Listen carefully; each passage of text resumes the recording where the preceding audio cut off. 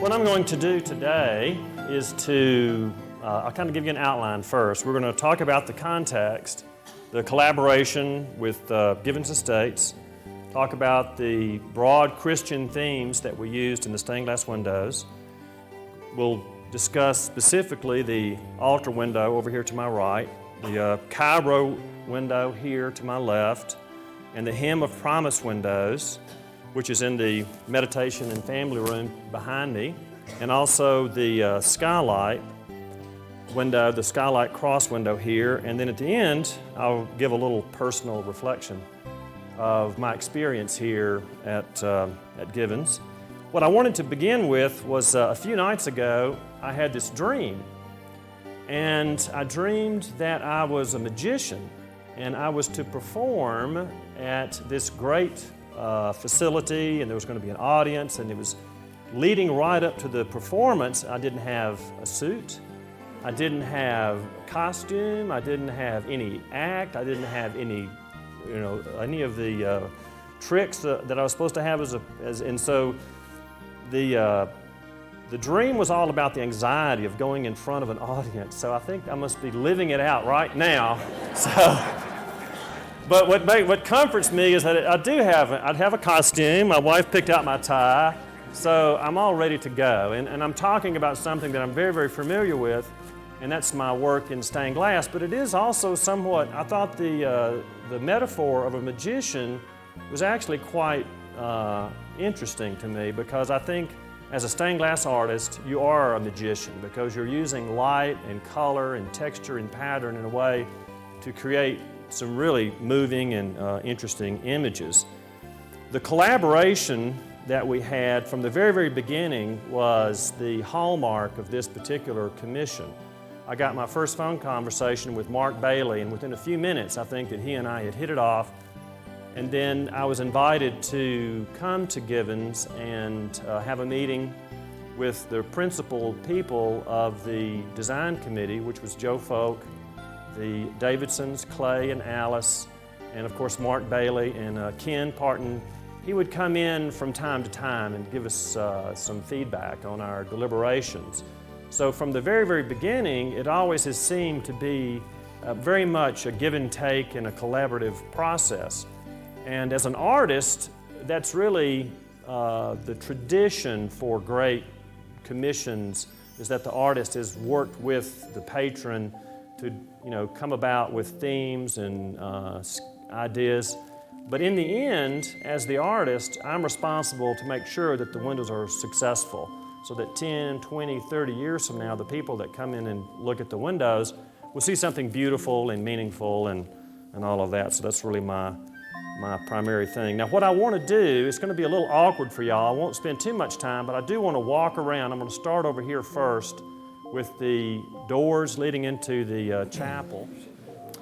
In the very beginning, the idea was to have a stained glass artwork that would introduce the idea that this is a sacred space, that you're moving from the Ashbury Commons, the Oxford Commons, into a new, separate place. And stained glass has the ability to do that.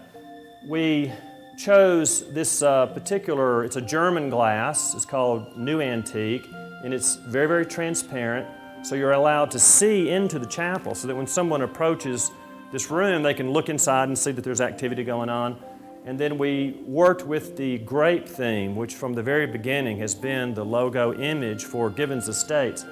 But the grapes are put onto a wooden trellis, and in the very beginning of the design process, the wooden trellis was done in such a way that it had a cross form in it. So we were implying a general idea of grapes as the wine for Christianity, so it relates back to a Christian theme as well.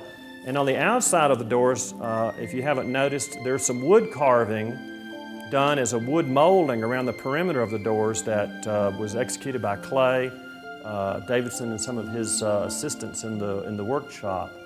So it was indeed a collaboration. Alice cut all the glass, did a wonderful job of interpreting my color design rendering that I prepared, so that these windows make an introduction to the other stained glass windows that we did in the chapel. And in these windows is the introduction of the gold and the green color scheme. When I was first here, the one thing that I did notice was that the interior design of the remodeling and the new construction all kind of went around this gold and green theme. I'm going to start moving over here to pick out a color scheme that would unify all the windows, but also make it be a part of the overall interior design and color selection, so that these windows look like they were custom made for this particular place. We started out with the Old Testament of God created the earth, and we have on the seventh day He rested.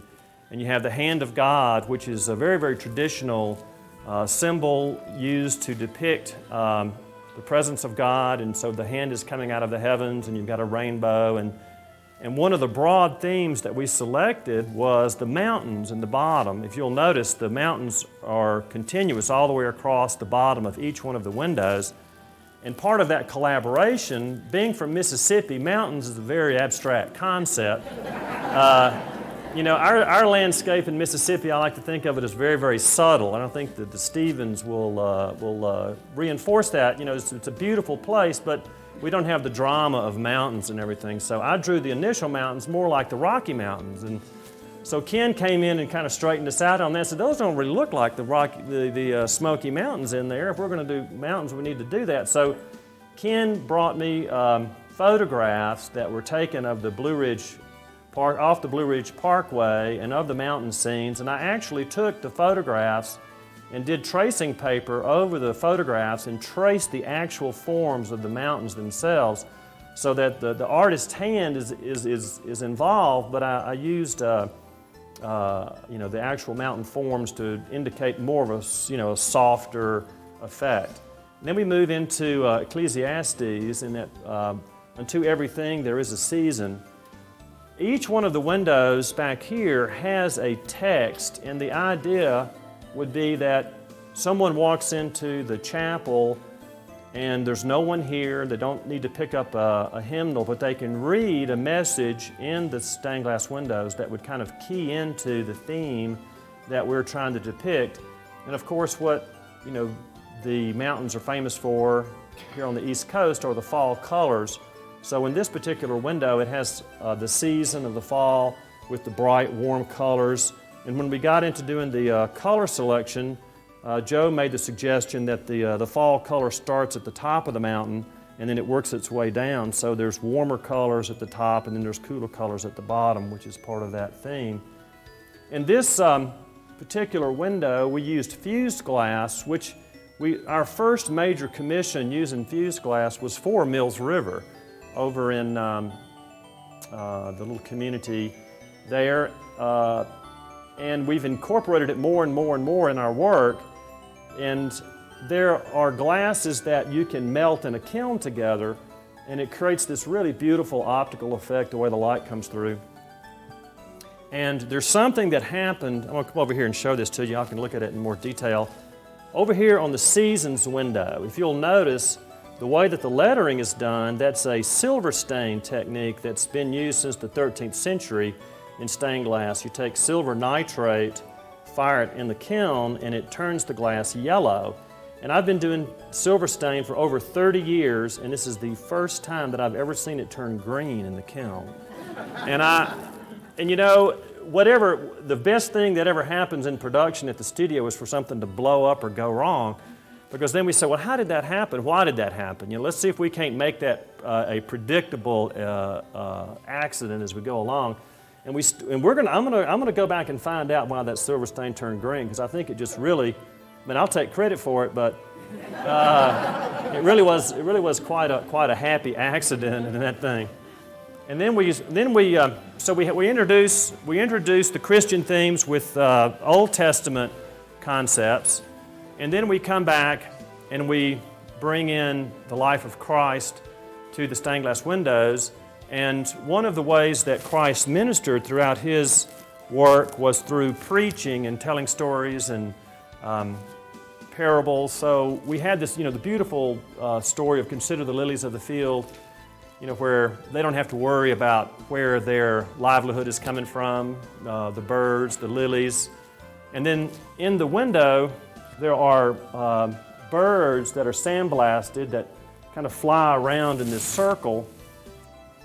And at different times of the day, I know that y'all use this room probably more in the afternoons than in the morning. And one thing that I've noticed about this stained glass window is that in the afternoon, the birds stand out more. And if you ever are in the building at night and you can make your way into the building, don't turn on any of the lights. And the only thing that you'll see in this stained glass window will be the birds. I'll take credit for that too. The sandblast etching around the perimeter of the birds to create that silhouette gathers all the available light from the street lights that are in the parking lot, and they just pop out. It's just the most amazing thing. This window depicts Christ as the fisherman of men. We have a fish, and I know that being in North Carolina, being outdoors and all of that, fishing and hunting is a great part of why people choose to live up here. And the theme of the fish and the net, and we have other fish caught, so it has sort of a theme to it. I will make you fishermen of men. What's interesting about this window is that there are times early in the morning when you'd have to be here fairly early when the sun is low, but the fish cast a projection on the floor. And because this glass is obscure, it's the only thing that you can see is this fish form, which I think turned out really, really nice. And Clay was interested early on about some of the different techniques that we used. And if you'll notice on this window that the lead work extends past a certain point. And as an artist working in glass, one of the things that I've always been interested in is to make the lead line drawing as interesting, and the lead line drawing becomes more than just a way to separate the colors. It becomes an integral part of the design. So in here, I've used the extended leads to suggest, the sharp points of the fin, or the effect of drawing in such a way that it loosens up the lead work, makes it more interpretive. And we've also used the silver stain up here to kind of outline the fish. So I'm going to move up here to the altar window. What we're going to do here in this window, we thought when we started to work on the collaboration, what will the different windows depict? My idea was that the window that would be seen near the altar, to the left of the altar, could be the window that has the most direct, if you will, interpretations of Christian symbols. We have baptism on the left-hand side. There's the descending dove. God descends on Christ in the form of a dove. The tradition of a symbol in the Methodist Church for baptism is the shell. And if you'll notice, there's three water droplets. The three water droplets would be representative of the Trinity, the three aspects of God, Christ, and the Holy Spirit. And then there's also the chalice, which represents the communion, Holy Sacrament of Communion. There's Alpha and Omega on the chalice to indicate that Christ is the beginning and the end. And then across the bottom, there are fairly literal symbols for wheat and also grapes.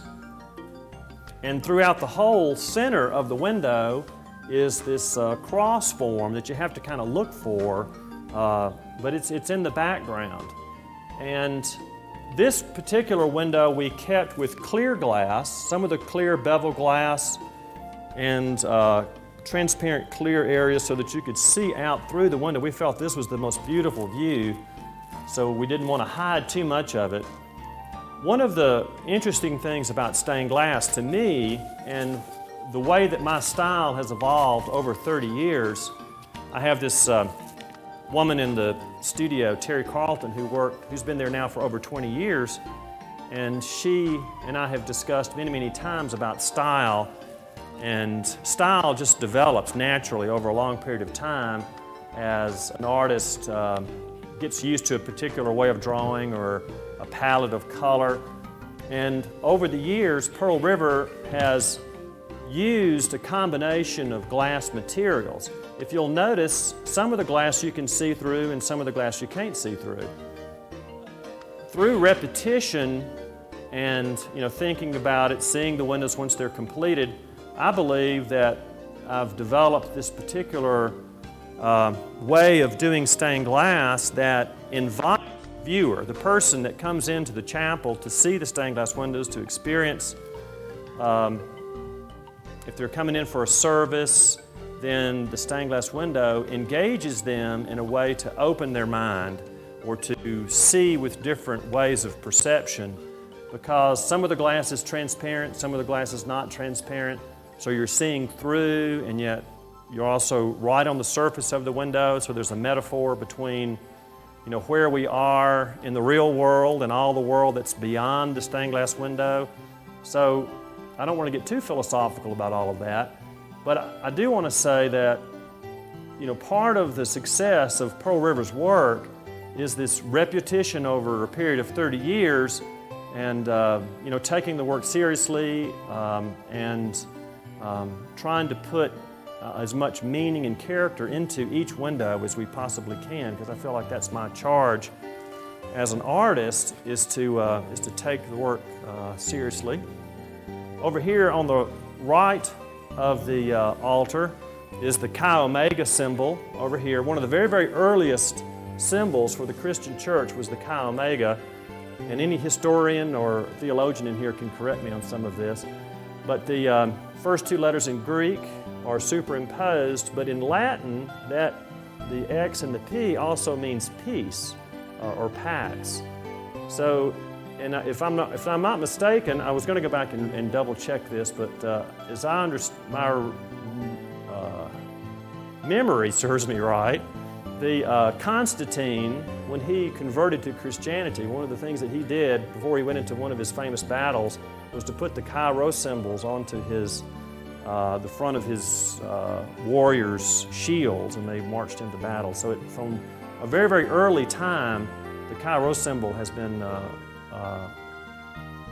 part of our background and tradition. And there's also a fish form, as you can see, Christ, the ichthus. I didn't spell out ichthus, but there is a fish form in there. Here's the little eye. And when this is part of the collaboration. When I showed my initial sketch, I said, well, there's not quite enough color in there. So we came back and beefed it up a little bit with the color. And it's got the same gold and greens, which ties it into the rest of the windows. And it's left open and transparent so that you can see through these windows to the stained glass windows that we did for the family room and the meditation chapel. They have a lot of, as y'all know, there's meetings here, and so what we tried to do, we really struggled with this set of windows in terms of what the theme would be, and I forget exactly whose idea it was in the meeting, but we came up with the Hymn of Promise, which is a very popular hymn that's sung here at Gibbons often, and so they allowed me to do some editing, and I kind of boiled it down to a series of phrases and incorporated those in the stained glass windows. So if you'll notice, the lines going across would represent, in music, you have the lines where all the notes are placed, and then the little lead works go up and down, and I used different tones and colors to suggest different sounds or harmonies or rhythm in the music.